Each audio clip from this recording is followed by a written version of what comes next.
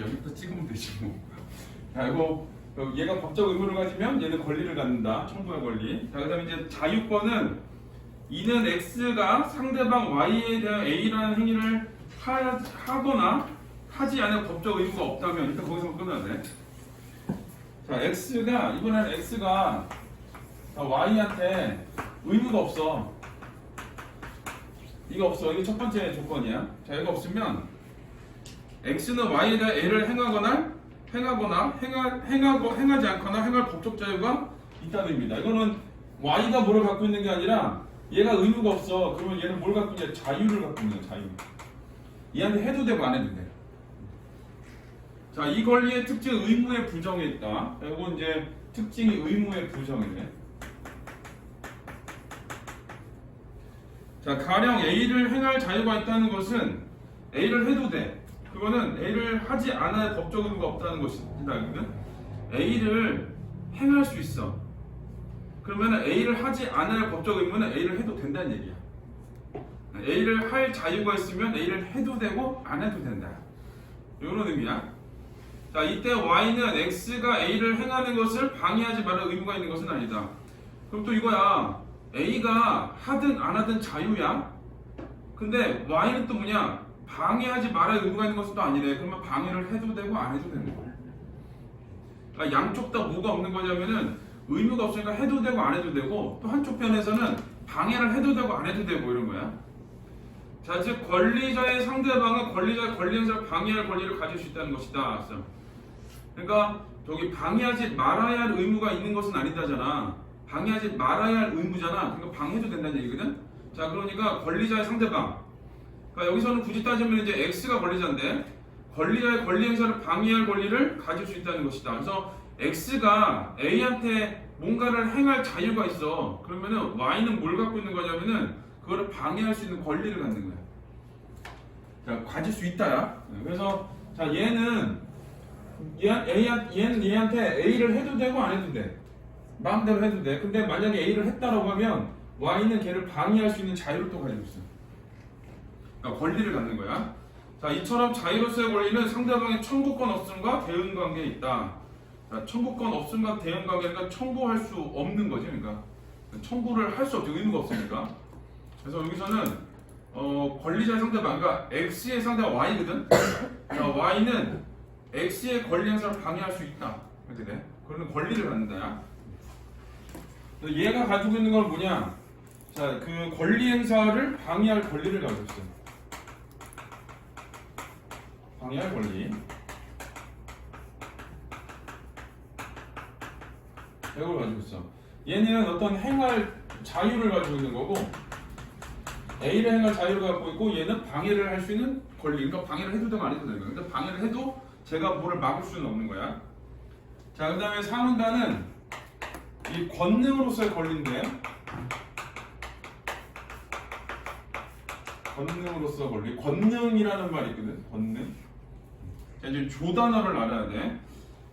X가 상대방 Y에게 법적 효과 C를 야기하는 것이 인정된다면, 그러니까 X가 Y한테 C를 일으킬 수 있는 사람이야. 거기서 끊어야 돼.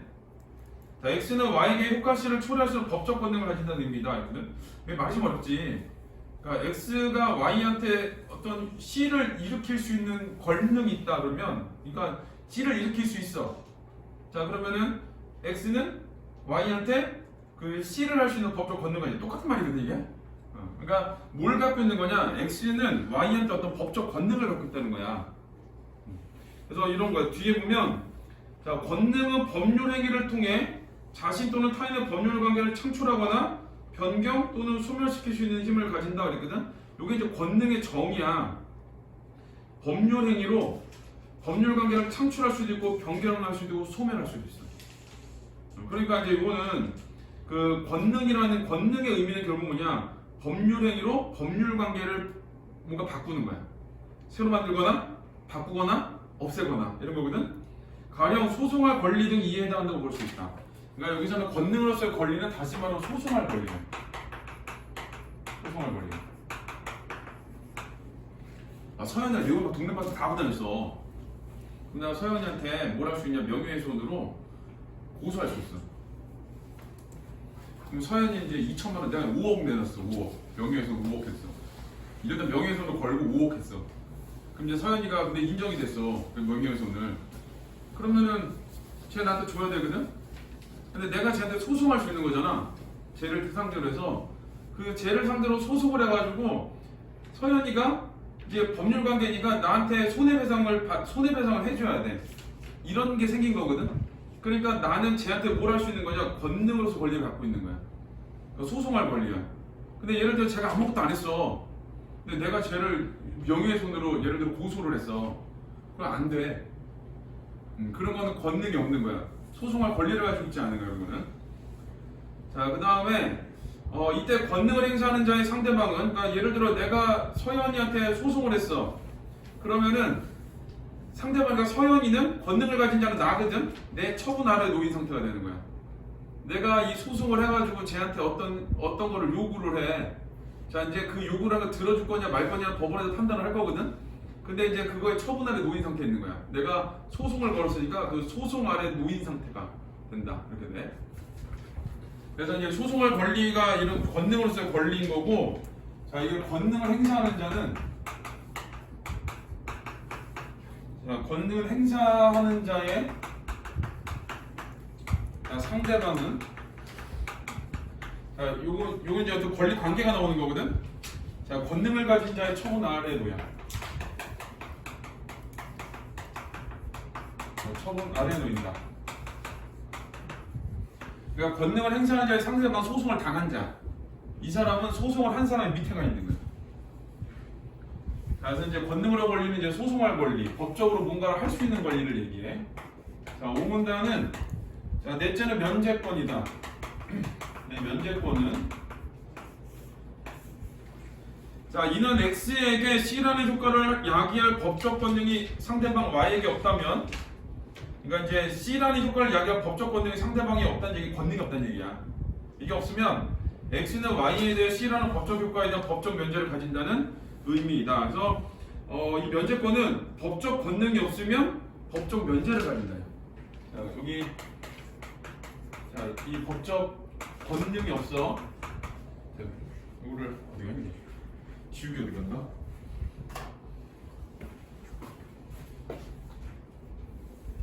자, 이거 X가 이 Y한테 이 법적 권능을 가지고 있지 않아.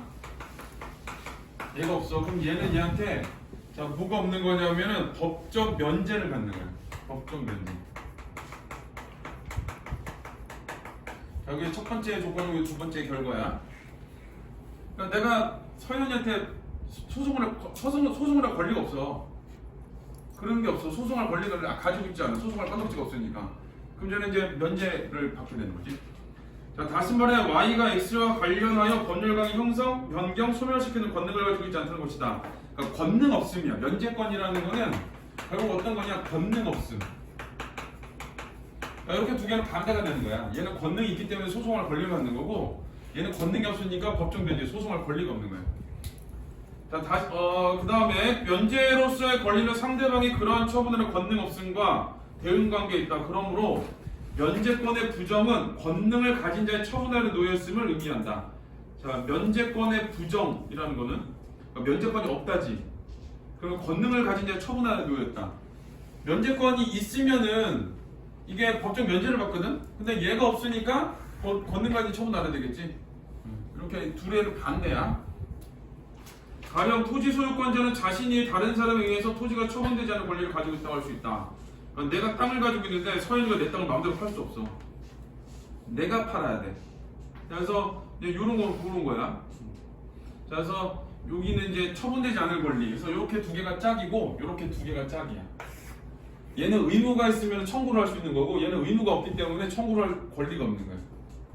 그 다음에 여기서는 내가 법적 권능을 가지고 있으니까 소송할 권리를 가지고 있는 건데, 여기는 법적 권능이 없기 때문에 소송할 권리도 없다. 이렇게 돼. 자, 요거로 문제를 하나 풀 건데 33번을 풀어볼 거예요. 자유권이거든, 자유권? 그럼 어떤 거냐? 행할 자유가 있어. 그럼 얘는 뭘 갖고 있어? 그걸 방해할 권리를 갖고 있어. 요거를 찾는 거야. 자, 33번 좀 풀어봐. 한쪽은 행할 자유가 있고 한쪽은 방해할 자유가 있고 권리가 있고. 33번. 33번. 정신 차려.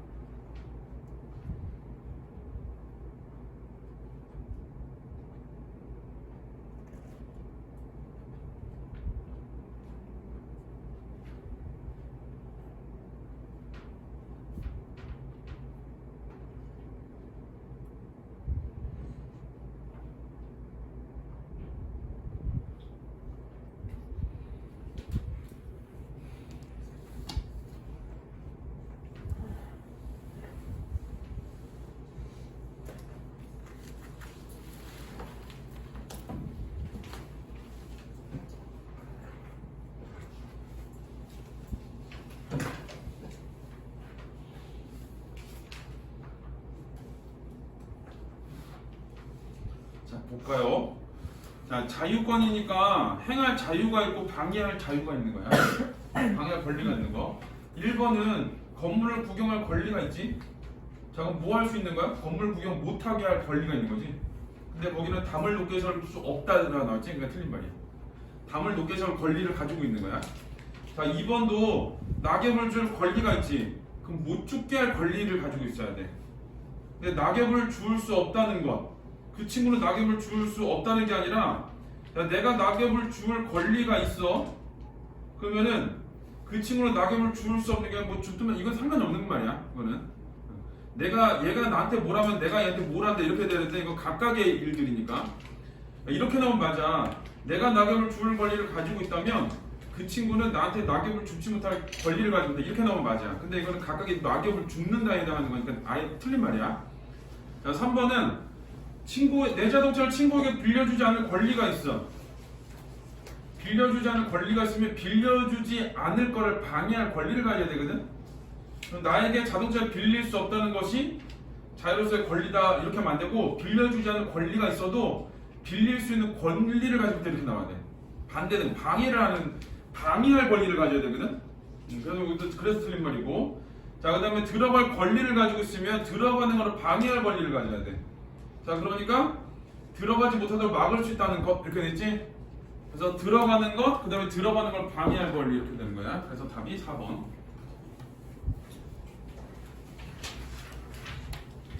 자, 그 다음에는 31번의 범위를 들어볼게. 자, 1번은 가는 나와 다르니까 가에 많이 해당되면 돼. 권리의 기본 범주와 그 의미들을 분석하고 있다 그랬지. 가의 기본 범주와 의미 맞지? 맞고 이거는 2번은 나는 가와 달리니까 가에 이말 없어야 돼. 특정 기준에 따라 권리의 종류를 분류하고 있다 그랬거든. 이게 뭐 청구권, 자유권, 권능으로서 권리, 면제권이니까 이 권리의 종류라고 볼 수 있어. 그러니까 이거는 가와 달리라고 하면 안 돼. 가에도 있는 거야. 그래서 틀렸어. 가나 모두 정치적으로 올바른 권리 개념에 정치적 얘기는 나오지 않았지? 틀렸어. 그 다음에 가나 모두 권리론과 관련된 논쟁인데 가에는 논쟁이 나와 있지 않지. 틀렸고. 가는 권리론이 발전되어온 과정인데 이거 지금 기본 범주에 대해서 얘기를 하고 있는 거지 이 발전을 얘기하고 있는 건 아니지. 31번이 1번이 답이야. 가에 보면. 자, 이제 나를 읽어볼게요. 자, 나의 1문단은 자, 근대의 개인의 권리가 중시되자 법 철학은 권리의 근본적 성격을 법적으로 존중된 의사에 대한 선택까지 볼 것인가? 이건 이제 뭘 보는 거냐? 권리의 근본적 성격을 보는 거야. 자, 이 권리의 근본적 성격을 보는 건데, 그러니까 이제 나에서 말하고 싶은 거는 이 권리의 성격에 대해서 얘기를 할 거야. 자, 근데 그 첫 번째가 어떤 거냐면은 법적으로 존중된 의사에 대한 선택의 관점에서 볼 거니까 선택 하나. 그 다음에 법적으로 보는 이익의 관점에서 볼 거야. 이익 하나 이렇게 본 거야. 선택이냐 이익이냐 이렇게. 그래서 여기서 이제 논쟁이 있었던 거야. 논쟁. 요거에 논쟁이 있었고 선택이냐 아니면은 이익이냐. 요거에 따른 논쟁이 있었는데, 자 각각 의사설과 이익설로 불리는 두 입장은 권리란 무엇인가에 대해 서로 견해를 달리한다. 그래서 각각이냐 선택이냐 이익이냐인데 각각 의사설과 이익설이라고 그러거든. 선택에는 의사설, 그 다음에 이익에는 이익설, 이렇게 두 개로 나누는 거예요. 앞으로 전개되려면 요거예요. 그래서 이 문단에 보면 의사설 나오지 먼저. 첫 번째는 의사설인데, 이 의사설은 선택의 문제야. 선택의 문제. 자, 기본적인 입장은 어떤 사람이 무언가에 대한 권리를 갖는다는 것은, 권리를 갖는다는 법률 관계 속에서 그 무언가와 관련하여 그 사람의 의사의 선택이 다른 사람 의사보다 우월한 지위에 있음을 법적으로 인정하는 거래. 그래서 자, 여기 정리를 하면 이렇게 돼. 권리를 갖고 있어. 권리를 갖고 있는 건 뭐냐? 그 사람의 의사에 의한 선택이 다른 사람 의사보다 우월한 지위야. 자, 다른 사람보다, 그러니까 다른 사람의 의사보다 자, 우월한 의사 선택, 이렇게 되는 거지. 그러니까 내 의사에 의한 선택이 제일 위에 있다는 얘기야. 내가 우선이라는 얘기야. 자, 의사설을 지지한 하트는 자, 권리란 그것에 대한 의무가 존재한다고 보았다. 여기서 이제 하트가 나오는데, 하트 사람 이름 요즘은 잘 봐야 돼. 자, 하트는 권리란 그것에 대응하는 의무가 존재한다. 자, 한마디 권리는 자, 대응하는 의무가 존재한대. 대응하는 의무가 존재. 의무가 있는가? 권리에 의무가 따른다 이런 거고, 그는 의무 이행 여부를 통제할 권능을 가진 권리자의 선택이 권리의 본질적 요소라고 보았기 때문에, 자 그러면은 권리는 의무가 존재하는데 의무의 이행 여부를 통제할 권능을 가진 권리자의 선택이 권리의 본질적 요소래. 그러니까 자 여기 권리의 본질적 요소, 근본적 성격, 본질적 요소 있는 거잖아. 자 뭐를 봐야 되냐? 의무 이행 여부를 통제할 사람.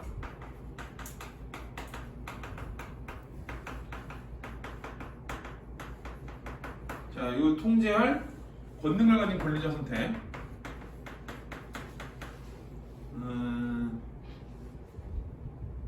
뭐야? 통제할 권능 가진 권리자의 선택. 어차피 선택이잖아. 그럼 이제 권리자의 선택이거든. 이 권리자의 선택인데 뭐를 통제하는 거냐? 의무를 할 수 있나 없나를 통제하는 거야. 의무를 이행하나 안 하나. 요거에 대한 요거를 통제할 수 있는 사람. 자, 그 사람의 선택이 이제 권리의 본질적 요소야. 자, 법이 타인의 의무 이행 여부에 대한 권능을 부여할 경우에는, 자, 법이 타인의 의무 이행 여부에 대한 권능을 부여하지 않았어. 그러니까 법에 네가 이거 해 그런 게 없어. 그러면은 권리를 가졌다고 말할 수 없다고 주장했다 이거든.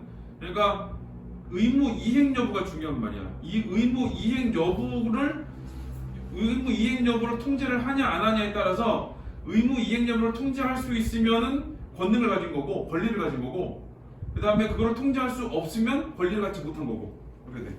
그래서 이 의무 이행 여부 통제, 자 여기 중요한 말이야. 자 요거를 갖고 있어야지 권리를 갖는다, 이렇게 돼. 자 그다음 3문단. 자, 의사설은 타인의 의무이행 여부와 관련된 권능, 그러니까 의무이행 여부가 중요해. 의무이행 여부. 그 의무이행 여부를 통제할 수 있어야 권리를 갖는 거야. 자, 곧 합리적 이성을 가진 자는 권리자가 되지 못한 난점이 있다. 이제 난점에 대해서 얘기하는데, 자, 이 난점은 어떤 거냐면 그 합리적 이성을 가진 자만 권리자가 되는 거야. 자, 합리적 이성이 있어야만 이 권리를 가져. 권리자가 돼. 요게 난점이야. 왜 난점이냐? 가령 예를 들어서 사람이 동물 보호 의무를 갖는다고 하더라도 사람이 동물을 보호를 해야 돼. 그러면 그 의무의 대상자는 동물이거든. 그래서 동물이 권리를 갖는다고 보기는 어려워. 나를 보호해줘야 되거든, 사람이 동물을. 근데 동물은 뭐가 없어? 합리적 이성이 없잖아. 그냥 권리자가 될 수 없는 거야. 자, 이제 그런 게 문제점이라는 거야. 자, 왜냐하면 동물은 이성적 존재가 아니기 때문이다. 그래서 의사설은 권리 주체를 제한한다는 비판을 받는다. 자, 요거 때문에 비판을 받아. 권리 주체를 제한한다.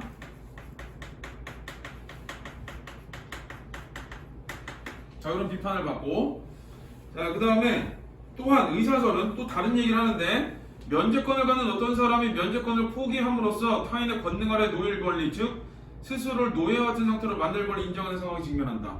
자, 이제 두 번째는 이거야. 면제권이 있거든. 자, 면제권을 스스로 포기했어. 면제권을 포기할 권리. 그러니까 스스로 노예와 같은 상태로 만들 권리가 그거를 상황이 있는데, 자, 그거를 어떻게 해결할 수가 없는 거야. 그래서 이 면제권 포기할 수 있는 거. 자, 다시 말하면 스스로 노예로 만들어. 자, 요거 되는 상황에 직면하게 되는데, 자, 요런 상황은 어떻게 되냐? 현대 상황에서 인정을 안 해주는 거야. 현대에서 인정을 해주지 않는다. 그러니까 이거는 이제 의사설에 대한 얘기와 의사설의 난점과 이렇게 얘기를 해. 의사설의 핵심은 뭐냐면은 의무이행력으로 통제할 수 있는가? 요거야. 요거. 자, 3단. 이익설은,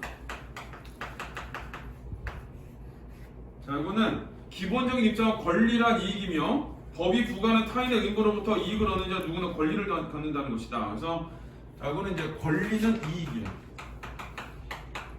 권리는 이익. 자, 그래서 타인의 의무 이행에 따른 이익이 없다면 권리가 없다고 본다. 다른 사람이 의무 이행을 나한테 했는데 나한테 이익이 하나도 없어. 그럼 걔는 없는 거야. 권리가.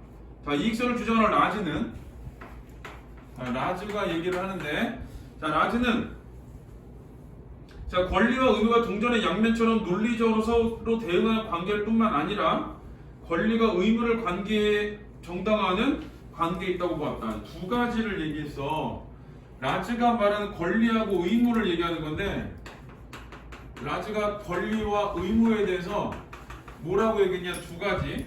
첫 번째는 논리적으로 서로 대응한다. 이거 하나 하고, 자, 두 번째는 권리와 의무를 정당화한다. 이런 거. 자, 이 두 가지를 얘기했어요. 권리가 의무를 정당화한다. 자, 즉 권리가 의무 존재 근거가 된다고 보는 입장을 지지한다고 볼 수 있다. 권리는 의무 존재 근거가 된대. 권리가 있으니까 의무가 있는 거야. 그래서 누군가의 어떤 이익이 타인에게 의무를 부과할 만큼 중요성을 가지는 것일 때, 그러니까 이제 이익이 의무를 부과해야 돼. 내가 이익을 얻기 위해서는 타인한테 그 의무를 부과해야 돼. 이거 반드시 해. 이렇게. 자, 그때 비로소 그 이익은 권리로서 인정된다고 한다. 자, 이렇게 돼. 요거는, 자, 이익이 있는데, 이익은 권리야. 얘가 그 타인에게 의무를 부과할 수 있어야 돼. 자, 요거를 할 수 있을 정도로 그 중요해야 돼. 자, 근데 호펠드식으로 말한다면 법이 개인들에게 이익이 되는 바를 그 중요도나 특성에 따라서 청구권 같은 경우는 의무가 있으니까 청구, 권리를 갖게 만드는 거지. 자, 근데 자유권이라는 거는 의무는 없지만 그래도 내가 그거를 하게 할 수 있는 거, 하지 않게 안 했을 때 할 수 있게 하는 권리, 그 다음에 안 했을 때 할 수 있게 하는 걸, 이런 걸 다 갖고 있는 거야. 자, 그 다음에 이제 권능이라는 거는 내 밑으로 내려가 처분 아래 놓이게 만드는 거고, 마지막에 면제하는 거지. 그래서 밑으로 여기서 이렇게 내려갈수록 점점 그 이익은 줄어든다라고 본 거야. 자, 이제 그거를 호펠드식으로 얘기한 거고. 자, 5문단은, 그래서 이제 이 이익설 핵심은 뭐냐? 타인에게 의무를 부과할 만큼 이익이 있어야 된다 하는 거야. 자, 이익설의 난점으로는, 현재 여기 난점, 이 구조가 비슷하지. 자, 난점은 제3자를 위한 계약을 들 수 있다. 자, 제3자 위한 계약인데,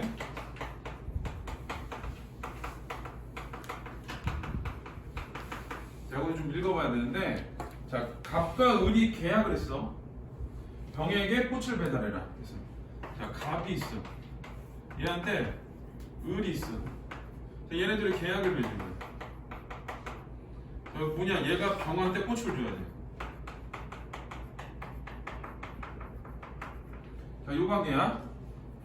자, 이익 수혜자는 병이지만 꽃은 누가 받아? 얘가 받지. 얘가 서 이익 수혜자. 이익은 얘가 받아. 권리는 이익이거든. 근데 권리는 계약을 체결한 값이다. 갑이 권리는 갖고 있어. 왜 그러냐? 얘가 얘한테 돈 준 다음에 얘한테 꽃 전달하라 그랬거든. 그러니까 실제적으로 돈 나간 건 얘고 시키는 건 얘인데 그 꽃을 받는 건 얘잖아. 그러니까 내가 시킨 건 얘고 돈 주고 시킨 건 얘인데 꽃을 받는 건 얘란 말이야. 그러니까 권리자는 얘인데 그 꽃을 얘가 받는 게 아니라 얘가 받으니까 이익은 얘가 가져. 근데 위에서 뭐라 그랬어? 권리는 이익이라고 그랬잖아. 권리는 얘가 갖고 이익은 얘가 받는 거야. 그러니까 이거 권리하고 의무하고 다른 거야. 다른 사람한테 가는 거야. 자, 그래서 쉽게 말해 의뢰 의무 이행에 관한 권능을 가진 사람은 병이 아니라 갑이다. 야, 네가 얘한테 꽃 줘라고 하는데 그걸 누가 얘기하는 거야? 얘가 나한테 꽃 줘라고 얘기를 못하지. 누가 하는 거야? 갑이 하는 거지. 그래서 권리자는 얘야, 권능자는. 근데 그 꽃이 누구한테 가? 얘한테 가. 그래서 이익하고 권능을 해가는 자하고 그 다음에 이익을 받는 자하고 달라. 그래서 이익서는 이익의 수혜자가 아닌 권리자가 있는 경우를 설명하기 어렵다는 비판을 받는다. 그래서 이익설의 비판은 뭐냐? 이익의 수혜자가 권리자가 아니다. 라는 거예요. 그래서 자, 요거에 대한 비판은 권리자하고 이익 수혜자가 다른 거. 자, 요거를 얘기해.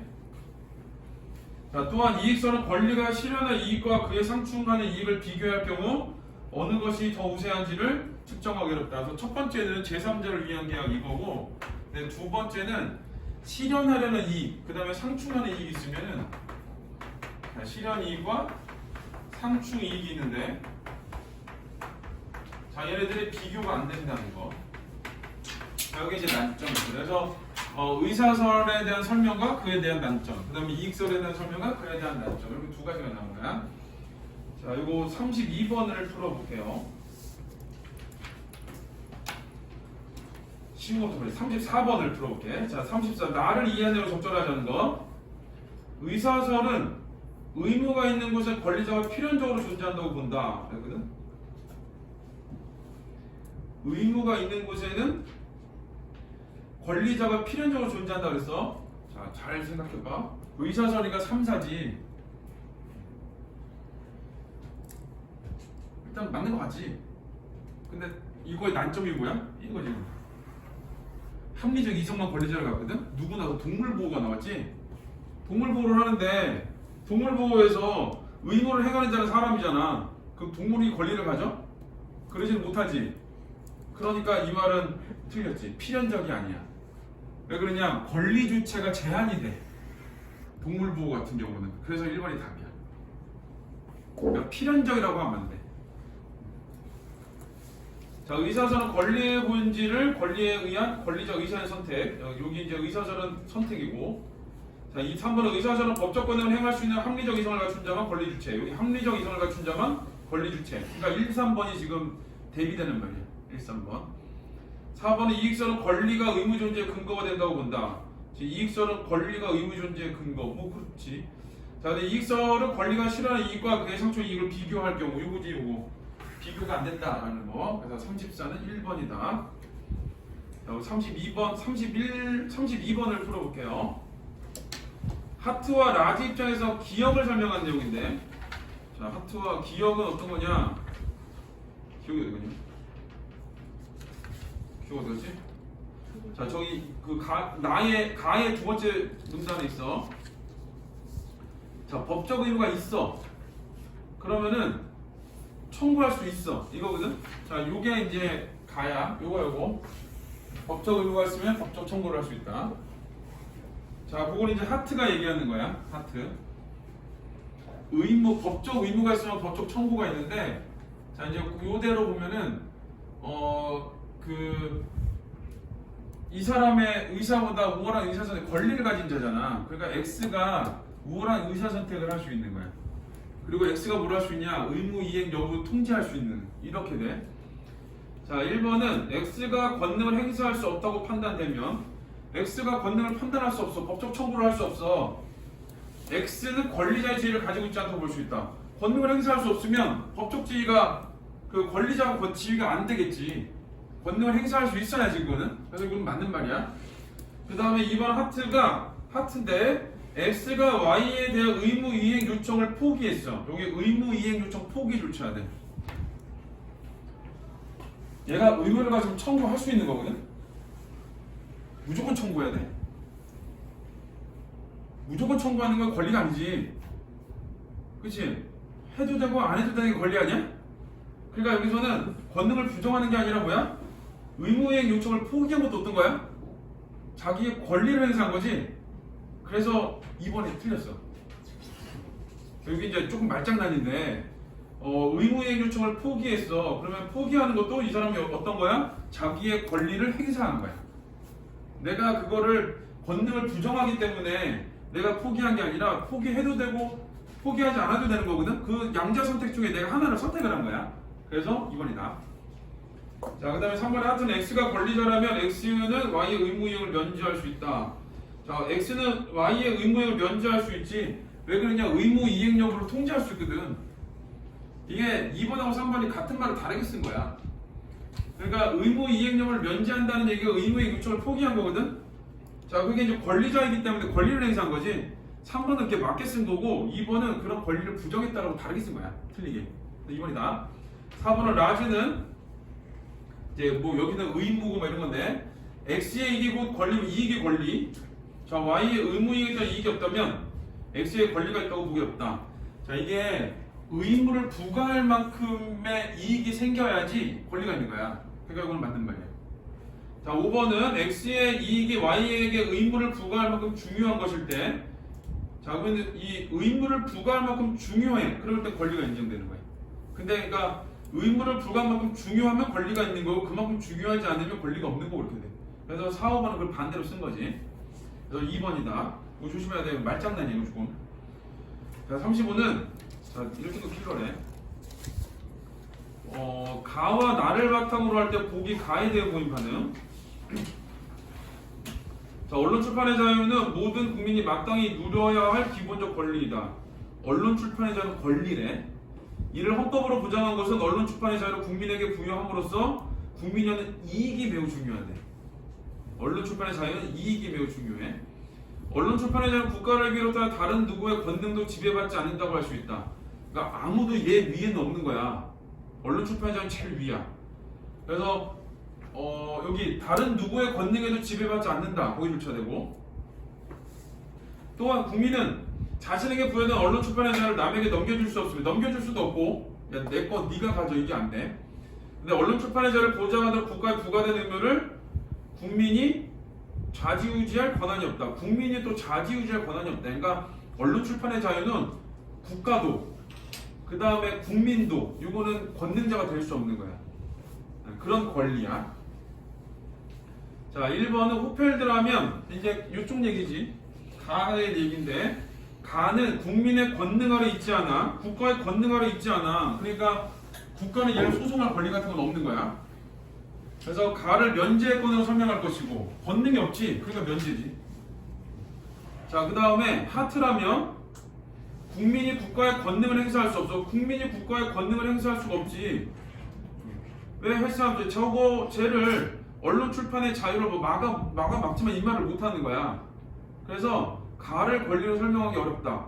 그러면은 자, 이 하트는 국민이 국가의 권능을 행사할 수 없어. 근데 권능이 없는 거야. 그러니까 권리자가 안 돼. 그러니까 권리가 안 되는 거야.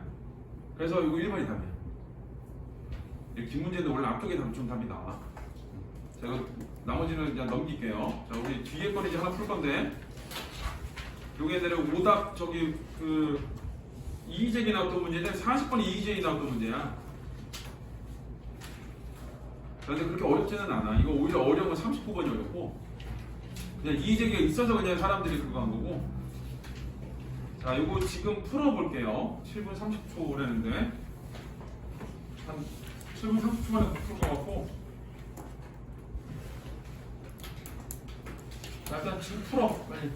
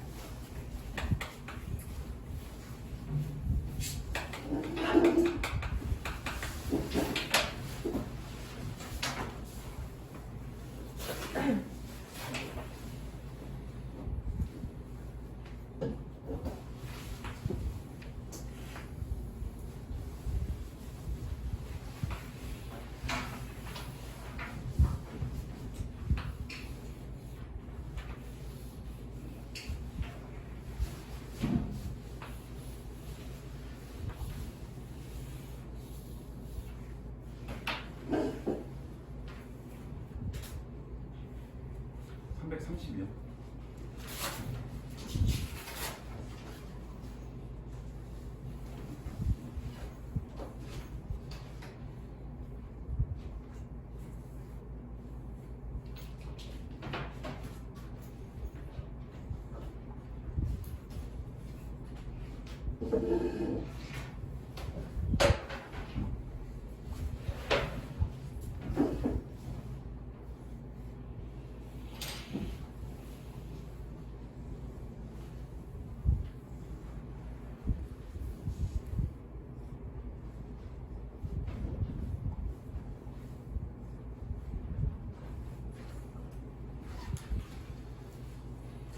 풀었지.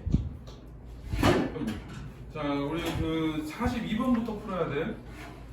42번. 2번, 2번. 자, 어떤 것부터 풀 거냐? 어디부터 풀냐? 가부터 풀 거야, 가. 이 가를 잘 읽으면 30번도 풀리고 40도 풀려. 일단 40번을 풀 건데. 자, 거기 보면 단기에는 물가의 경직성으로 인해 구매력 평가설의 기초와 환율과 다른 움직임이 나타나 오버슈팅이 발생할 수 있다.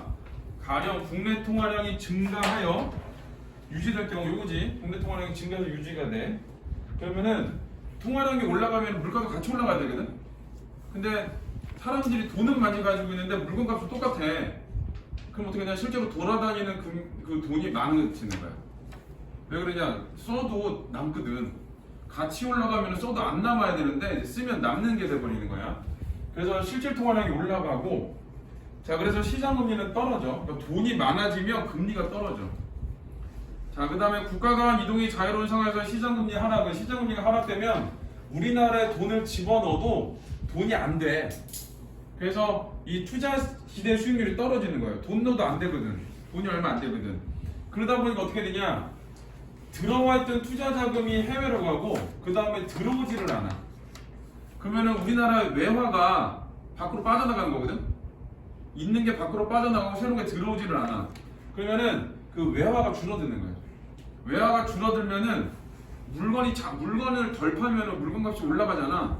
그런 것처럼 우리나라 통화 가치가 떨어져. 통화 가치가 떨어진다는 얘기는 어떤 거냐면은 옛날에는 1,000원 주고 1달러를 샀는데 지금 1,300원 주고 1달러를 산다는 얘기야. 그게 환율이 올라간다는 얘기거든.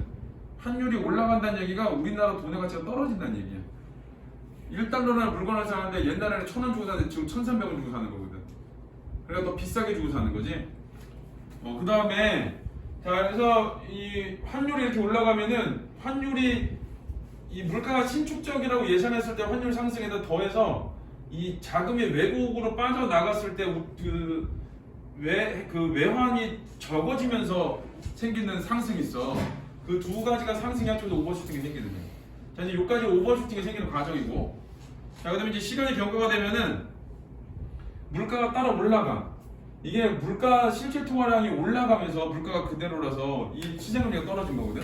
돈이 너무 많아져서. 근데 지금 돈이 줄어들었어. 자, 물가가 올라가고, 자, 그 다음에 거기 쭉 보면 그 시간이 경감했다. 밑에서 5번째 줄 봐. 물가가 상승해서 실질 통화량이 원래 수준으로 돌아와. 그러니까 올라갔던 통화량이 이렇게 떨어져. 원래대로. 그 다음에 그 해외로 실질 통화가 원래 수준으로 돌아오고 해외로 유출된 자금 시장이 시장 금리의 반등으로 국내로 볼게요. 여기가 이제 순서가 바뀐 거야. 자, 여기 순서가 어떻게 되는 거냐면 예리나 순서가 어떻게 되냐? 유출 자금이 들어와서 금리가 반등되는 게 아니라 여기랑 똑같아. 금리가 떨어지니까 얘네들이 자금이 외국으로 갔잖아. 그러니까 여기는 시장 금리가 올라가니까 유출 자금이 복귀를 하는 거예요. 그러니까 여기 순서를 잘 잡아야 돼. 자, 그 다음에는 이제 그러면은 외화가 많아지지. 외화가 많아지니까 환율도 떨어져. 떨어지는데 어디로 떨어지냐? 이 구매력 평가설에 기초한 환율로 수렴된다는 얘기는 물가가 통화량이 많아지면 물가가 같이 올라가거든. 이게 그게 이제 구매력 평가설인데 어느 수준까지 올라간다는 얘기야. 예. 그래서 여기는 환율이 올라갔던 게, 자 여기는 이제 떨어지는데 어느 정도까지만 떨어지는가? 왕창 올라가는 게 아니라, 왕창 떨어지는 게 아니라. 자, 요걸 가지고 40번을 풀 수 있는데, 자 기업은 실질 통화량이거든. 실질 통화량은 어떠냐? 올라갔다가 원래 수준 되지. 올라갔다가 원래대로 거 찾으면 돼. C 올라갔다가 원래대로 내려온 거. 자, 그 다음에 시장금리는 어떠냐? 올라갔던 게 내려갔던 게 올라오지. 내려갔다 올라가는 거 A밖에 없지. A. 그 다음에 나머지 이제 환율이지. 자, 이거는 올라갔다가 어디까지 가냐? 완전히 뚝 떨어지는 게 아니라 일정 부분까지만 떨어지는 거야. 구매력 평가설에 기초한다고 했으니까. 자, 그래서 이제 B가 되는 거야. B.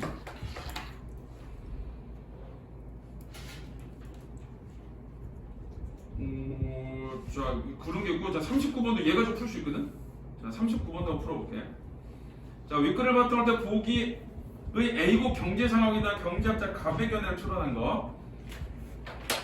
자, A국 경제학자 갑은 자국의 최근 경제 상황을 다음과 같이 진단했다. 금융시장 불안의 여파로 A국의 주식, 채권 등 금융자산 가격의 하락에 대한 우려가 확산되면서 안전자산으로 인식되는 B국의 채권에 대한 수요가 증가하고 있다. 이로 인해 외환시장에서 A국에 투자되고 있던 단기성 외국인 자금이 B국으로 유출되면서, 그러면 A의 자금이 자 B국으로 이동하는 거야. B국 이쪽으로 이동. 그럼 어떻게 되냐? 이쪽이 통화량이 증가해 버리겠지. 자, 통화량이 증가가 되고, 자, 그 다음에 자 그래서 이제 그 A국의 환율이 급등한다는 얘기는 뭐냐면, 이 통화량이 급등한다는 얘기는 다시 말하면은 이 외환이 이쪽이 많아져. 그 이쪽은 이 외환이 떨어지는 거야. 쉽게 말하면 달러가 없어지니까 환율이 올라가겠지. 물건이 적어지니까. 그래서 이쪽에 환율이 올라가는 거야. 환율이 올라간다는 얘기는 A국의 그 통화 가치가 떨어진다는 얘기야. 자, B국에서는 해외자금 유입에 따른 통화량 증가로 B국의 시장금리가 변동될 것으로 예상된다. 통화량이 증가했지. 그럼 어떻게 되냐? 시장금리가 떨어지겠지. 조대로 보면 시장금리 떨어지지. 떨어지면 어떻게 돼? 이 돈도 다시 빠져나가. 그래서 시장금리가 떨어지면, 자 이에 따라 A국의 환율 급등은 향후 다소 진정될 것이다. 왜 진정되냐면 시장금리가 떨어지면 B에 있던 돈이 어디로 가냐? A국으로 다시 이동해. 이쪽은 이동이 되니까 이쪽으로 이렇게 이동돼. 그럼 여기 이쪽은 어떻게 되냐? 환율이 올라갈 때 다시 떨어지겠지. 왜? 돈이 많아지니까. 달러가 많아지니까. 자, 또한 양국 간 교역의 의존도가 높은 현실을 감안할 때 A국의 환율 상승은 수입품의 가격 상승에 따른 부작용을 초래할 수 있을 것으로 예상되지만, 이런 거야. 1달러짜리가 옛날에 1,000원이었는데 지금 1,300원인데 사야 돼. 그럼 가격이 올라가지. 수입을 받은 애 가격은 올라가. 근데 거꾸로 우리나라에서 옛날에는 1,300원짜리를 1달러로 팔았어.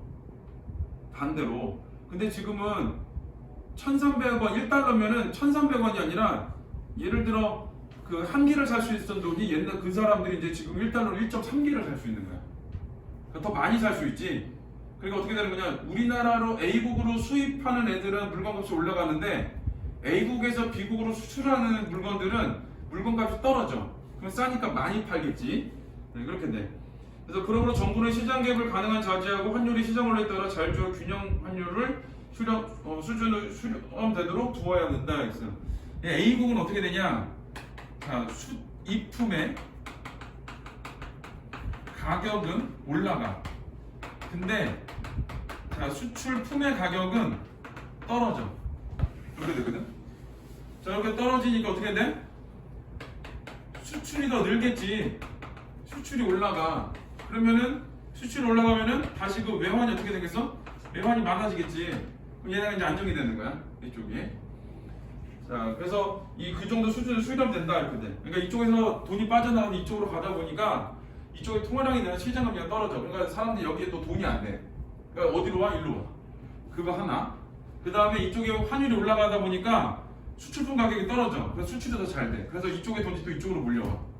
그러니까 이쪽에 돈이 없어가지고 환율이 올라갔던 게 해결되는 거야. 돈이 이쪽으로 오니까. 자, 1번은 A국의 환율의 오버슈팅이 발생한 상황에서 B국의 시장금리가 하락한다면, 오버슈팅이 생겼는데 B국의 시장금리가 하락했어. 통화량이 늘어나면 시장금리가 하락하지. 그럼 돈이 어디로 와? A로 오지. 그러면은 오버슈팅의 정도가 커지냐? 이쪽에 돈이 몰려가지고 오버슈팅이 생겼는데 돈이 다 이쪽으로 이렇게 오거든? 그 오버슈팅의 정도가 커지는 게 아니라 해결이 되겠지. 왜? 나갔던 돈 때문에 이 오버슈팅이 생겼는데 얘 돈이 들어오니까. 그래서 1번이 틀렸어. 1번이 답이야. 나머지 문제들은 뭐 그렇게 어렵지 않아요. 그래서 37은 1번이 답이고, 38은 5번이 답이고, 그 41번은 3번이 답이고, 그래. 뭐 얘네들 나머지는 그렇게 어려운 문제가 아닌데 39, 40이 조금 어렵게 생겼어. 자, 우리 잠깐 쉬었다가 타임 어택을 할 건데, 7시에 끝난 거 맞지? 혹시 안 가져온 사람? 타임 어택. 하나, 둘, 셋, 알았어.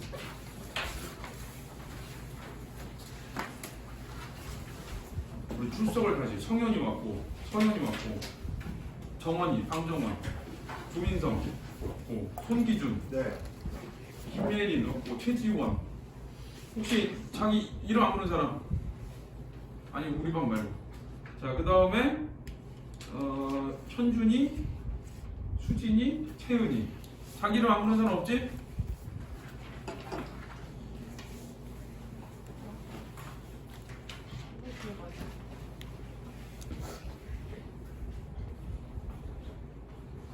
자, 우리 이번은 문학 타임. 자, 우리 11회차 그 가는 자, 오륜가니까 자, 일수는 사람마다 이 말씀 들어 살아. 이 말씀 아니면 사람도 사람이라도 사람 아니니. 그래서 이 꼭 들어야 된다는 얘기고. 자, 이 말씀 잊지 말고 배우고야 말이 로다서 이제 앞으로 나올 말이 이 말씀이야. 그래서 이수는 부모님 나왔지. 그래서 효에 대한 거. 네, 삼수는 종과 주인과를 밀어서 삼기이신 거 만들었는가. 벌과 개미가 이 뜻을 먼저 하니. 마지막에 중에 한 마음에 두 뜻 없이 속이자 마옵사이다. 이게 종과 주인과의 관계이기도 하지만 임금과 신하의 관계이기도 해. 자, 그 다음에 지압이 밭걸러가 돼. 지압이는 남편이야. 자, 남편이 밭걸러 간 곳에 밭고리고가 반상, 밥상을 들어 눈썹에 받쳐이다. 요거 이제 한자성으로 뭐라고 그러냐면은 거한잼이라고 그래. 거한잼이. 이 밥상을 눈썹에 맞춰가지고 이렇게 들어주는 건데, 자, 이게 어떤 거냐면은 이 공경의 의미를 드러내주는 거야. 공경. 지압이 그러니까 남편의 밥상을 줄 때 밥꼬리를 머리 눈썹에 맞춰가지고 주라는 얘기거든. 그래서 남편을 공경해라 이런 뜻이야. 진실로 고노시니 손이나 손님이나 다르실까라고 해서 남편 공경 이렇게 되고. 자, 그 다음에 우수는 형님, 뭐 아우 이런 거 나오잖아. 그래서 여기 형제가 불하면 개돼지라 이게 중요하거든. 형제가 내 우애. 네. 그 다음에 육수는 늙은이가 형 같고 부모 같고 어른은 형 같으니 같은데 불공하면 어리가 다르고. 마지막에 중에 나이가 많으시거든 저라고야 말하리라거든. 나보다 나이가 많으면 공경해야 된다. 그래서 이거는 이제 연장자에 대한 공경 뭐 이 정도 돼. 그래서 이수는 효에 대한 거, 삼수는 종과 주인의 관계, 임금과 신하의 관계. 그 다음에 사수는 남편 공경, 오수는 형제간의 우애, 그 다음에 육수는 연장자에 대한 공경 이렇게 돼. 자, 그 다음에 나는 이 말 빌린 이야기인데 어디가 중요하냐면은 3문단에 3문단. 자, 저기 왼쪽에 제일 밑에서 두 번째 줄. 사람이 가지고 있는 것과는 남에게 빌리지 않는 것 또한 뭐가 있다고 하겠는가? 라고 했지. 그게 소유에 대한 글쓴이의 생각이야. 그게 주제야. 세상 모든 것은 빌린 것이다. 그래서 세상 모든 것을 빌렸다고 생각해야지. 그 빌려준 사람들이 그걸 뺏어가면은 그 권리를 누리고 있던 사람이 아무것도 아닌 게 된다. 이렇게 되는 거야. 마지막 문단을 보면 맹자가 말하기를 오래도록 차양하고서 반환하지 않았으니 그들이 자기의 소유가 아니라는 걸 어떻게 알았겠는가. 그러니까 빌려놓고 안 돌려줬어. 그러니까 내 거 아니라는 걸 몰랐다는 얘기야. 그러니까 내 거 아니라는 생각을 갖고 살아야 된다는 뜻이야. 어떤 모든 소유하든. 자, 1번은 4번이에요. 삶과 태도에 대한 경계와 권고에도 둘 다 부분적이지. 자, 2번은 3번인데 뭐 수필이거든. 그래서 개인적 말 들린 이야기에서 얻은 깨달음을 사회적 차원으로. 자, 그다음에 3번은 자 2번이에요. 자, 문답 방식이 아니지. 그냥 아내가 화자 혼자 하는 말. 자, 4번은 나에 대한 이해인데 저건 5번이에요. 5번. 자, 빌린 것을 소유했다고 여기는 사람들에 대한 문제의식이거든. 그러니까 세상 모든 건 빌린 거잖아. 다 빌린 건데 내 거라고 생각하는 거야. 잘못 생각하고 있는 거지. 그래서 이 빌린 것이 너무 꽂히면 안 돼. 왜? 그럼 세상 모든 건 빌린 거라고 그랬거든. 내가 가지고 있는 모든 것은. 그러니까 모든 것을 소유했다고 여기는 사람들에 대한 문제를 얘기하는 거야. 자, 그 다음에 가시가 있는데 장수산이고 이 6번 문제를 먼저 보면, 자, 장수산 일은 겨울날 장수산의 지극히 순수하고 고요한 세계, 세상 일의 초연한 우절 중의 모습 등을 형성하고 있다. 여기는 이제 순수하고 고요한 세계, 그 다음에 우절, 세상 일의 초연한 우절 중의 모습 두 개가 나오는 거야. 그러니까 하나는 탈속적 세계, 또 하나는 사람은 탈속적인 사람, 이렇게 돼. 자, 이를 통해 세속과 단절된 무욕의 공간에서 번뇌하면서도 탈속의 경지에 이루고자 하는 화자의 결연한 태도, 여기 번뇌하면서도 탈속의 경지에 이루고자 하는, 그러니까 번뇌라는 사람이 장수산 속에 들어가서 탈속적인 세계에 살면서 탈속적인 사람들을 만나고 있는 거거든. 자, 그러면서 내 번뇌를 그런 탈속적 세계에서 해결하고자 하는 의지를 드러낸다. 이렇게 돼. 자, 이거 가시를 보면, 자, 벌목정정은 나무 베는 소리 쩌렁쩌렁 이런 소리야. 자, 이랬거니 아람돌이 큰 소리 베어짐 즉도하이, 추측하는 거야. 어떤 소리가 나무 베는 소리가 쩍 하고 나니까 그 소리를 들으면서 아, 큰 소나무가 베어지나 보다, 추측이야. 자, 고리 울어, 골짜기가 울어, 맹아리 소리 쩌르렁 돌아옴 즉도하이 하여, 돌아옴 즉도하이. 자, 다람쥐도 짖지 않고 맷새도 울지 않아 깊은 산 고요가 차라리 뼈를 저리우는데, 그래서 이 나무 베는 소리가 쩌렁쩌렁 울리고 그 메아리 소리가 더 크게 들리는 이거 뭐 때문이냐면 깊은 산 고요 때문이야. 그래서 그 깊은 산 고요에 줄쳐야 돼. 깊은 산에 고요가 있어. 그러니까 소리들이 다 크게 들려. 자, 그 다음에 눈과 밤이 종이보다 희구나. 눈과 밤이 종이보다 하얗대. 눈이 내렸으니까 밤이 하얀 거야, 산이. 자, 달도 보름을 기다려 힌트에서 보름달이 떴고 한밤 이 고를 걸음이란다, 추측한 거지. 그래서 보름달이 지금 뜬 것은, 보름달도 하얗게 뜬 이유는 이 하얀 이 밤, 산속의 밤을 걷고 싶은 건가 봐 라고 추측을 한 거야. 그러니까 이거는 이제 배경을 얘기해 준 거야. 깊은 산 고요가 있고 그 다음에 보름달이 떠 있는 상황이야. 자, 우절 중이 6판에 6번 치고 올라간 뒤, 자, 6번에 보면은 이 탈속의 세계하고 탈속적인 사람을 얘기하거든. 이번에 탈속적인 사람을 얘기하는데, 자, 우절 중이 6판에 6번 치고 웃고 올라간 뒤에 이 6판 중에 6판 정도 웃고 올라가기 쉽지 않아. 4개는 6판 내리졌거든. 그럼 4개가 아니어도 이 사람은 싫어해. 근데 여기는 중은 웃고 올라갔대. 그러니까 어떤 그 욕심이 없는 사람인 거야. 그래서 조차례 늙은 사나이 남긴 내음새를 줍는다 라고 했는데, 늙은 사나이에 남긴 내음새가 뭐냐 하면 이게 이제 탈속의 모습이야. 탈속의 모습. 자, 그래서 이제 거기서 끊어야 돼요. 자, 두 가지를 본 건데, 하나는 이 탈속적인 산, 자, 탈속적 세계지. 자, 이 산의 모습을 보고 고요함 이런 거. 근데 두 번째는 탈속적인 인물을 본 거야. 탈속적 인물. 요거는 이제 중, 그렇게 돼. 그래서 여기는 화자가 처해 있는 공간이야, 여기가. 여기에 이제 화자가 있는 공간인 거고,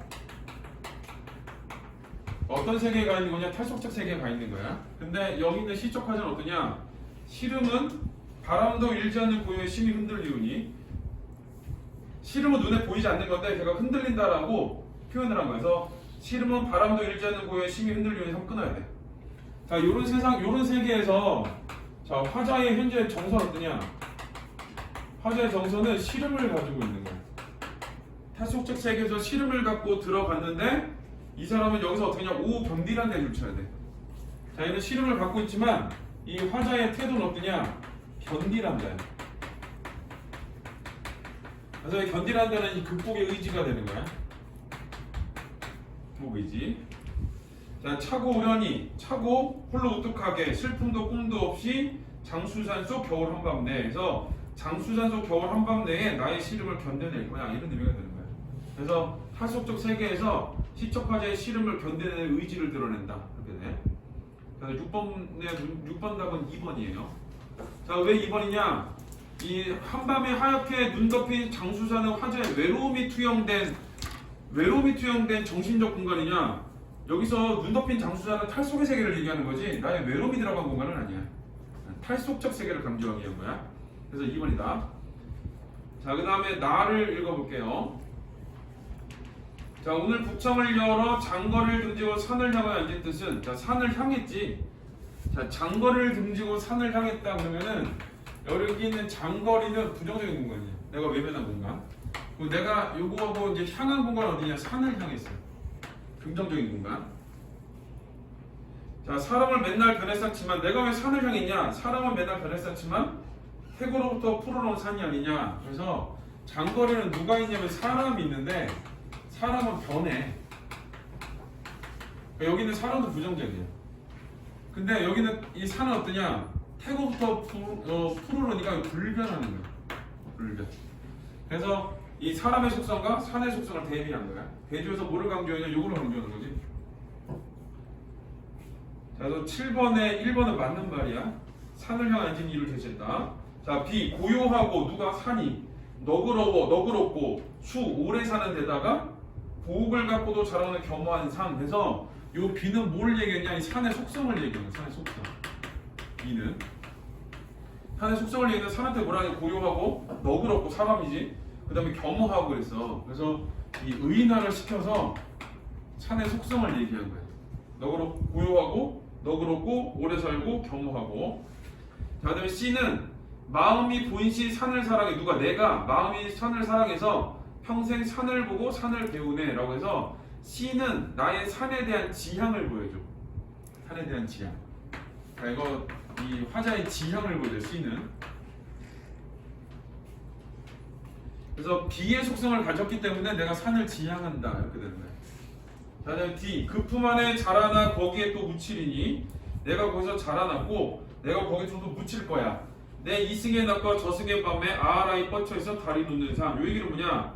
내가 이승에서도 산에서 살고 그 다음에 죽어서도 산에 묻혀있을 거고 이렇게 돼. 그래서 D도 어떤 거냐? 굳이 따지면 이건 소망이지. 소망 D는. 그래서 요거는 상과 죽음 이후 여기에서 산에 있을 것이다라는 거. 산에 머물 것이다라는 거. 살아있을 때도 산에 머물러 쓰고 죽은 다음에도 산에 머물러 쓸 거고 이렇게. 그러니까 이건 산에 대한 지향을 얘기하는 거야. 자, 그래서 7번에 답이 4번인데, 자, 뒤에서는 이승을 낮에 저승을 밤에 비유하여 이승에서와 달리 저승에서는 산이 화직 안식처가 될 수 없음이 아니지. 살아있을 때도 산에 있을 거고 죽어서도 산에 있을 거거든. 전부 다 내가 지향하는 공간이 있겠다는 거야. 그래서 안식처가 되는 거야. 그래서 4번이 틀렸고. 자, 2는 내 품이 내 고향인 그리운 산하 알지? 자, 내 품이 누구냐면은 산이야. 그래서 요거는 의법. 자, 미역치 한이파리 상긋한 내 음색. 산에서도 오히려 산을 그리며 산에서도 산을 그린다. 이런 거는 그 역설법이야. 보고 있는 이 그리움이란 보지 않는 대상에 대한 정서거든. 근데 내가 거기서 보고 있는데 그립다. 요거는 그 역설법이고 요 구절을 내가 보기에는 원태현이 베낀 것 같아. 그 원태현이라는 사람 시에 이런 구절 나와. 너를 보고서 나는 네가 그립다. 이런 식의 구절이 나오거든. 어쩐지 시를 잘 쓴다 했어. 여기저기 베꼈다 걔가. 보면은 구석구석에 나와 하나씩. 그래서 여기는 이제 역설법이야. 그러니까 그만큼 산에 있는 대로 산을 그립다는 얘기는 산에 대한 지향이 크다. 자, 꿈 같은 산전기를 그리며 산다라고 했지. 그래서 이는 산에 대한 지향을 또 그려낸 거야. 그래서 5번에 7번에 5번 보면은 산에서도 오히려 산을 그리면 역설적 표현. 자, 이거 다시 설명해 줄게. 왜 그러냐? 그리움은 보지 못한 대상에 대한 정서야. 근데 보고 있는데 그리움의 정서가 나올 수는 없어. 보고 있는데 보지 못한 대상에 대한 정서가 나올 수는 없거든. 그래서 역설법이야. 그리고 7번에 4번. 그 다음에 이제 나머지는 이제 5번은 1번이고, 자, 그 다음에 8번은 4번이에요. 그 다음에 9번은 5번인데 이국적 삶에 대한 동경이 아니라 도회에 대한 그리움이야. 도해에 대한 그림. 자, 그 다음에 이제 관동별곡 있는데 여기 그 12번 문제가 조금 진상틱해. 이 관동별곡 안 배우면 이 문제 못 풀어. 그런 문제야 이거는. 내신에서 이거 안 배웠으면 이 문제 못 푸는 문제야. 그래서 이건 조금 설명을 할게요. 자, 가를 보면은 비로봉 상상두. 비로봉이 금강산의 잘 꼭대기야. 비로봉 상상두에 올라본 사람이 그 누구신가? 없다 이런 뜻이야. 자, 동산, 태산이 어디가 높았다고? 동산과 태산은 중국에는 높은 산이거든. 동산하고 태산하고 그 금강산의 비로봉 중에 누가 더 높을까 이런 얘기인데 비로봉이 제일 높을 거야 이런 뜻이야. 자, 노국이 좁은 줄 우리는 모르거든. 노국은 공자시대의 중국이야. 그래서 중국이 넓은 줄 우리는 좁은 줄 우리는 모르는데 중국 넓잖아. 넓고 넓은 천은 어째 적다고 말을 했던 거 누가 공자가. 그래서 여기 노국 좁은 줄 우리는 모르지만 공자는이 빠져 있어. 공자는 넓고 넓은 천은 어떻게 적다고 말했던가라고 한 거야. 그러니까 그리고 밑에 어와 저 지위는 뭐냐면은 그 노국을 좁다라고 말한 공자의 지위야. 그래서 공자의 호연직이라고 해. 넓고 큰 마음. 그래서 저 지위를 어떻게 하면 알 것인가. 그래서 오르지 못하거니 내려감이 고이할까 끊어야 돼. 비로봉에 올라간 사람이 없을 거야 이런 거야. 그리고 이제 누구랑 비유했냐면 그 비로봉을 공자의 정신적 경지하고 비유를 한 거야. 그래서 공자의 정신적 경지가 너무 높아서 우리가 오르지 못하는 것처럼 저 비로봉도 너무 높아서 오르지 못해. 이런 식으로 핑계를 댄 게 하나가 있고 이건 교육적이지 않지. 이제 교육적으로 보면 이거야. 비로봉의 높은 그 봉우리를 보면서 공자의 정신적 경지가 저 정도로 높았겠지? 이렇게 보는 거야. 그래서 이 교육적으로 설명을 해야 되니까 요거는 비로봉을 바라보면서 이 비로봉은 가지 못했어. 이건 여정지가 아니야. 조심해야 돼. 여정지 아니고 비로봉을 보면서 뭘 떠올렸냐? 공자의 정신적 경지를 떠올렸다. 야.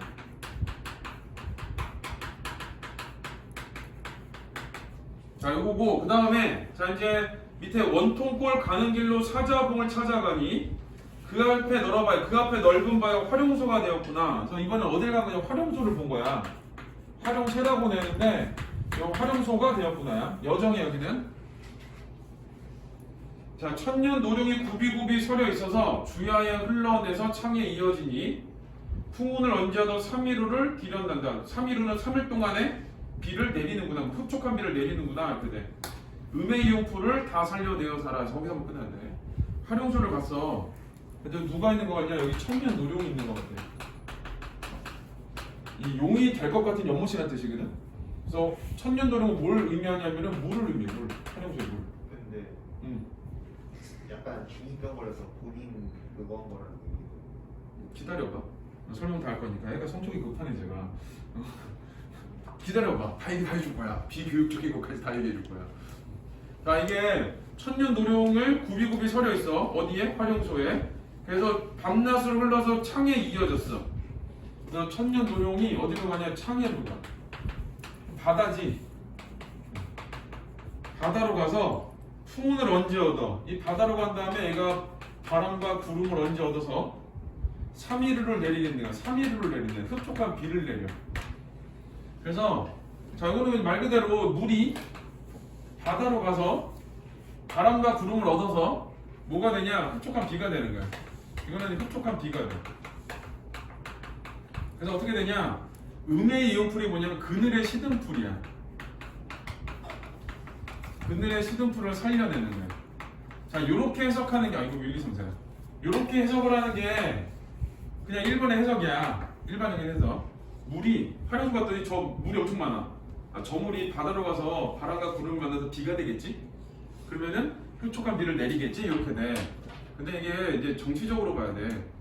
화자가 뭐라 그러냐? 천년노룡은 나야. 화자가 내가 어디로 가냐? 세상으로 나가. 그래서 풍우는 뭐냐? 비가 내릴 수 있는 기회가 돼. 그래서 두 번째는 내가 이 목민관이라고 그러거든. 기회를 얻었었는데 목민관. 그러니까 내가 관찰사가 돼서 사람들한테 비를 내려줘. 이건 뭐냐? 선정을 베푸는 거야. 선정을 베풀어서 그늘의 시든풀을 살린다는 얘기, 이 풀이 백성을 의미하거든. 그래서 이 힘겨워하는 백성들을 살려낸다. 자, 이렇게 해석을 해. 그래서 살려내고 있는 소망을 드러낸 거야. 그래서 이게 이제 선정에 대한 의지, 이렇게 해석을 해. 자, 그 다음에 다음 가는 데는 마하연 묘길성 안문리에 넘어가서 외나무 썩은 달이 불정대 오르니, 이번엔 어디 갔냐? 불정대를 간 거야. 불정대. 불정대라고 나오는데 그냥 불정대라고 쓸게. 자, 불정대를 갔는데 천심절벽, 높은 절벽을 반공 공중에 세워두고, 그러니까 절벽이 있는 거야. 은하수 환구비를 촌촌히 마디마디 잘라내서, 절벽에 있으면 여기 폭포 본 거거든. 그러니까 이 은하수는 폭포를 의미하는 거야. 폭포. 자, 이 은하수 환구비를 마디마디 잘라내서 실같이 펼쳐서, 그러니까 이게 물줄기가 한 줄 한 줄 흘러내려. 근데 가까이서 보면 실처럼 보여, 한 줄씩. 근데 멀리서 보면 하늘 뭉쳐 보이거든. 자, 실처럼 펼쳐서 배처럼 걸어져 있으니 이렇게 돼. 이게 무슨 말이냐면 12폭포를 봤더니 물줄기가 12개야. 가까이서 봤더니 물줄기 하나씩 보여. 근데 멀리서 봤더니 이게 하나로 보이는 거야. 그래서 실같이 펼쳐서 배처럼 걸었으니 도경 12굽이, 도경은 그림을 산수를 그림으로 설명한 책이거든. 그러니까 12폭포를 그림으로 설명한 책에는 12굽이었어. 근데 내봄에난 여러 해라는 얘기는 도경에서 본 것보다 이 폭포가 훨씬 아름답다 이런 뜻이야. 그래서 이 불정대에서 뭘 본 거냐면 12폭포를 본 거고, 자, 12폭포가 책에서 본 것보다 훨씬 아름답다라고 본 거야. 12폭포의 아름다움, 이걸 드러내. 이적선은 이태백인데, 이태백이 이제 있어서 다시 고쳐, 다시 의논하게 되면 여산이 여기보다 낫단 말을 못할 것이다. 그래서 이태백하고 내가 지금 얘기를 하면 여산에 여산폭포가 있거든. 여산이라는 곳의 폭포가 이 금강산의 12폭포보다 낫단 말을 못할 거야. 이런 얘기는 뭐냐? 12폭포가 가장 아름답다 이런 뜻이야. 자, 그 다음에 이제 끊으세요. 남녀 왕보하여, 남녀는 뚜껑 없는 가마야. 가마를 타고 천천히 걸어서 산영루에 오르니 영농벽계와, 영농벽계는 여러가 맑고 푸른 시냇물 정도 돼. 맑고 푸른 시냇물과 수성제조는 여러 가지 소리를 우는 새. 그러니까 줄이면 물소리와 새소리는 이별을 원망하는 듯 이런 뜻이거든. 내가 이제 금강산을 떠날 거야. 그 금강산을 떠나는데 아쉬움을 갖고 있는데, 그 금강산을 떠나는 아쉬움을 이렇게 물소리하고 새소리가 이별을 원망한다고 감정이입을 드러내주고 있는 거예요.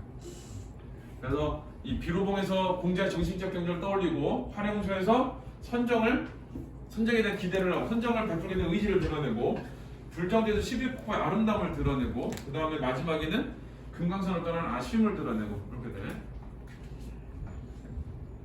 자, 이거 유한라상기는 나오다 말다 하는 작품이니까, 이게 내년에 수능 특강에 수능 완성이나 관동배곡이 나오잖아?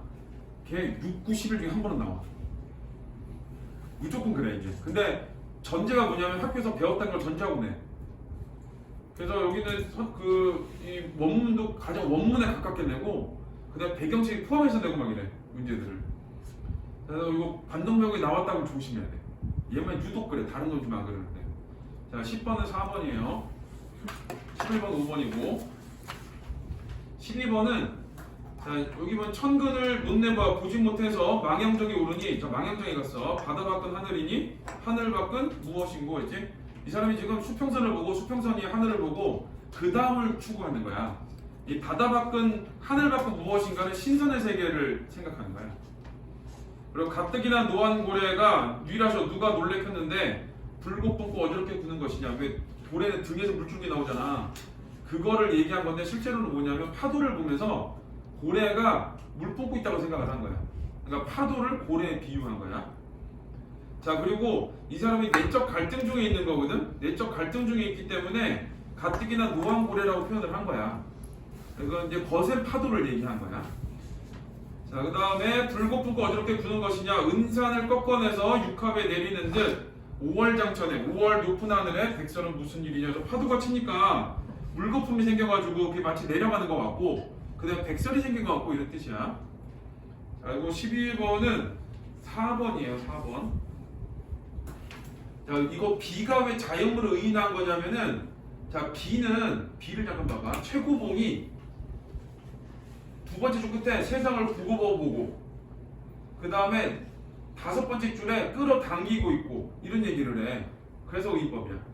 그 다음에 자연물의 움직임을 비유적으로 표현했는데 파도의 모습을 고래로 표현한 거지. 그래서 4번이다. 13번은 2번이에요.